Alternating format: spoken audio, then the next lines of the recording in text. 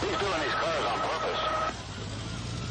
Oh, my God. Oh, this is the San Diego Police Department. Get out of the street and go back in your house. You're in danger. Somebody get a hold of the armory and find out if this thing is loaded. This is the San Diego Police Department. Everybody get out of the way. Go back in your house. We're running out the front door, and there's a tank coming down the street. That palm tree is on the front of the tank, and just as I got out in the driveway, he ran over my truck.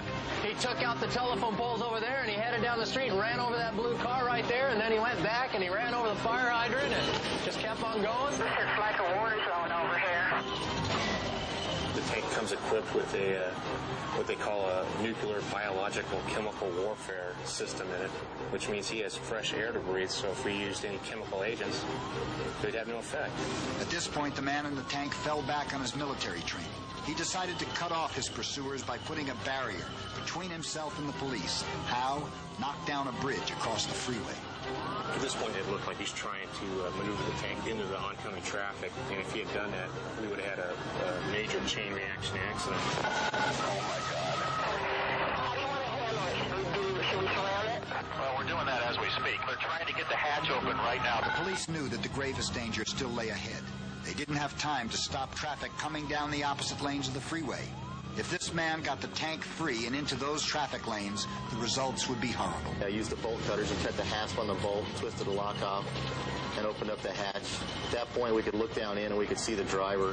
He never answers. He looked back and he made eye contact with Paul, so he knew we were there, and he could see both Paul and I through the hatch. Right now, he's trying to come undone, and the pavement underneath him is breaking up. It's possible if he keeps jerking this thing side to side, he might be able to break that pavement loose and roll again.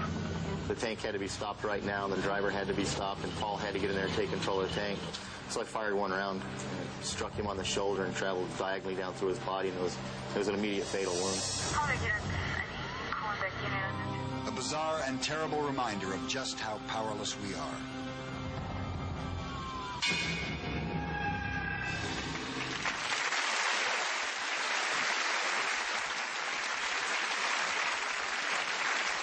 If those police were worried, then the Pentagon ought to be more than a little concerned to discover that their fastest, most powerful land weapon can be stopped by a central reservation.